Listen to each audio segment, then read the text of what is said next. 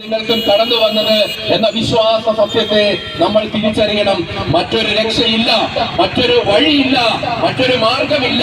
പ്രിയപ്പെട്ട സഹോദരങ്ങളെ, ഈ ലോക ജീവിതത്തിൽ അനേകം ലോക നേതാക്കന്മാർ ചിലപ്പോൾ നമുക്ക് പറഞ്ഞു തന്നിരിക്കാം, ഇതാണ് വഴി, ഇതിലേ പോവുക എന്ന്. പക്ഷേ ഞാനാണ് വഴി എന്ന് പറഞ്ഞത് കർത്താവായ യേശുക്രിസ്തു മാത്രമാണ് വഴി. കർത്താവ് മാത്രമാണ് ജീവൻ, കർത്താവ് മാത്രമാണ് സത്യം. അതുകൊണ്ട് യോഹന്നാൻ 8:35 സത്യം നിങ്ങൾ അറിയുക, സത്യം നിങ്ങളെ സ്വതന്ത്രരാക്കട്ടെ. നിങ്ങളുടെ ജീവിതത്തെ സത്യ ദൈവമായ യേശുക്രിസ്തുവിനെ തിരിച്ചറിയുവാനുള്ള കൃപാവരം നിങ്ങൾക്ക് ലഭിക്കട്ടെ എന്ന് പ്രാർത്ഥിച്ചുകൊണ്ട് കർത്താവായ യേശുക്രിസ്തു പഠിപ്പിച്ച പ്രാർത്ഥന കർത്താവിന്റെ കരുണയോട് ചേർന്ന് നിന്ന് പ്രിയപ്പെട്ട സഹോദരങ്ങളെ നമുക്ക് പ്രാർത്ഥിക്കാം.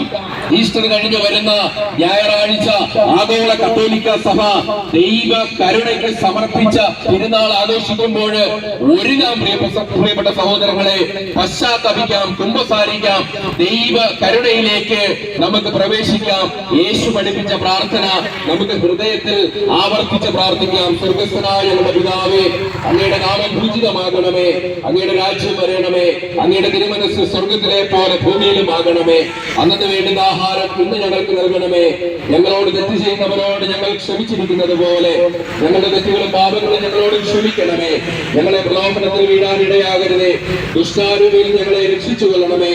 എന്തുകൊണ്ടെന്നാൽ രാജ്യവും ശക്തിയും മഹത്വവും എന്നേക്കും അങ്ങയുടേത് മാത്രമാകുന്നു. ആമേൻ. പരിശുദ്ധ അമ്മേ, ദൈവമാതാവേ, അമ്മയുടെ വിമല ഹൃദയത്തിൽ പത്തനംതിട്ട ജില്ലയെ സമർപ്പിച്ചുകൊണ്ട് ഞങ്ങൾ പ്രാർത്ഥിക്കുന്നു. സകല ജനത്തിനു വേണ്ടിയുള്ള വലിയ സന്തോഷത്തിന്റെ സത്വാർത്ത ഈ ദേശത്തെ ഞങ്ങൾ അറിയിക്കുന്നു. പരിശുദ്ധ അമ്മേ മാതാവേ, ലോകരക്ഷകനായ യേശുവിലൂടെ കടന്നു വന്ന രക്ഷ ഈ ദേശത്തുണ്ടാകട്ടെ എന്ന് അമ്മയോട് ചേർന്ന് ഞങ്ങൾ പ്രാർത്ഥിക്കുന്നു. പ്രത്യേകിച്ച് പത്തനംതിട്ട ജില്ലയെ പരിശുദ്ധ അമ്മയുടെ വിമല ഹൃദയത്തിൽ ഭരമേൽപ്പിച്ച് ഞങ്ങൾ പ്രാർത്ഥിക്കുന്നു. നന്മ നിറഞ്ഞ മറിയമേ സ്വസ്തി, കർത്താവ് അങ്ങയോട് കൂടെ സ്ത്രീകളിൽ അങ്ങ് അനുഗ്രഹിക്കപ്പെട്ടവളാകുന്നു. അങ്ങയുടെ ഉദരത്തിൻ ഫലമായി ഈശോ അനുഗ്രഹിക്കപ്പെട്ടവനാകുന്നു.